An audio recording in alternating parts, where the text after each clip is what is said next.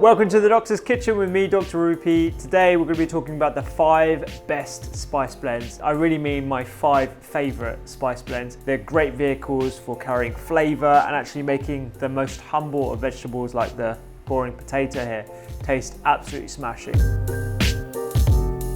Spice blends, spices, herbs in general, culinary herbs are rich sources of phytochemicals and they confer many benefits to our human health via antioxidants, via anti-inflammatory, supporting our immune health. If you go to spice markets, you'll find some really good spice vendors there as well, and I try and get it from those sources because that's their whole business and they put their love and passion into it and they can talk to you a bit more about the spice blends. As a general rule of thumb, I'll try and get my spice blends from there. I try and make them myself, but if I can't, these are the options for supermarkets, right? I know Bart's, no affiliation, but Bart's do really good spice blends. They're really good quality. Some of them are organic. Waitrose do good spice blends. Another company is the Seasonal Pioneers. They do organic spice blends, and generally those are good from a flavor point of view.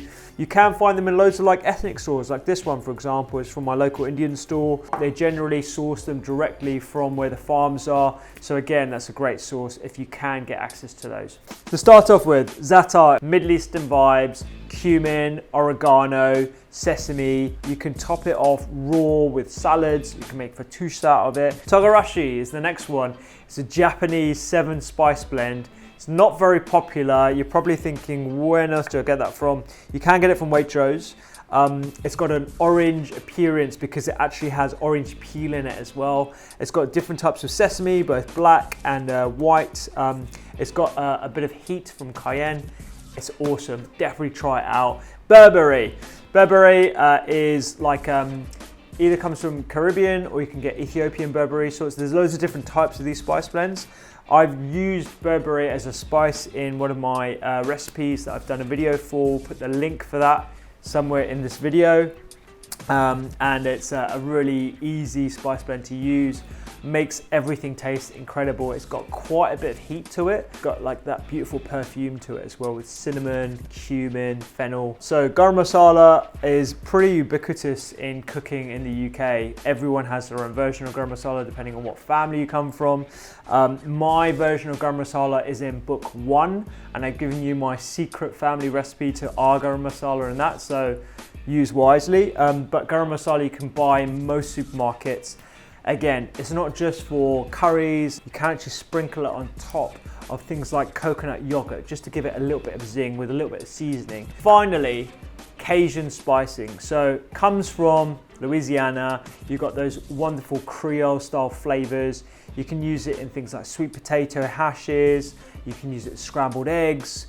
I think Cajun is probably one of the easiest herbs to use for people who are not really that into the different sorts of spices or not really into the Middle Eastern vibes or the Indian vibes. I'm going to show you how to use one of these spices in a very simple dish that you could essentially use any of them for. So we're going to use togarashi because I think that's the most unusual.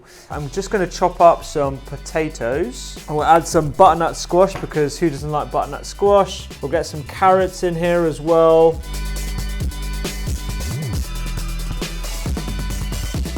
So we're just going to go in with a little bit of olive oil, a little bit of seasoning because the spice blend that I'm using doesn't have salt in it. I mean, there's no real point why you want to add salt to it. So if you read the ingredients, it should just be the raw ingredients that they're using.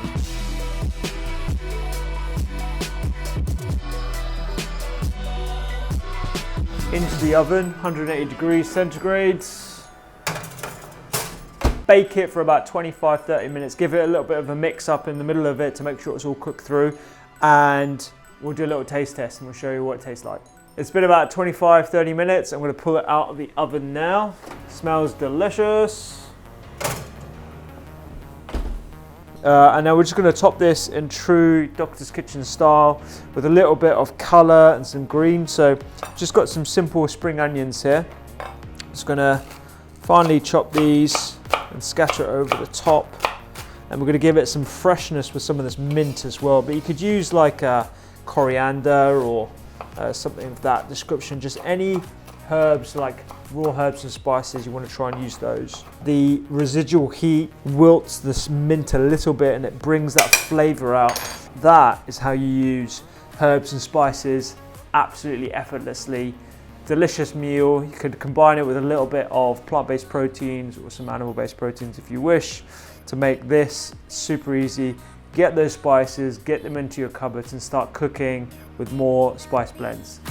Thank you so much for watching this video. There's so many others for you to enjoy right here. Check out thedoctorskitchen.com, sign up to the newsletter where I give science-based recipes every single week. There's a podcast, there's 2 books, there's loads more content on social media, doctors_kitchen, and I hope to see you there.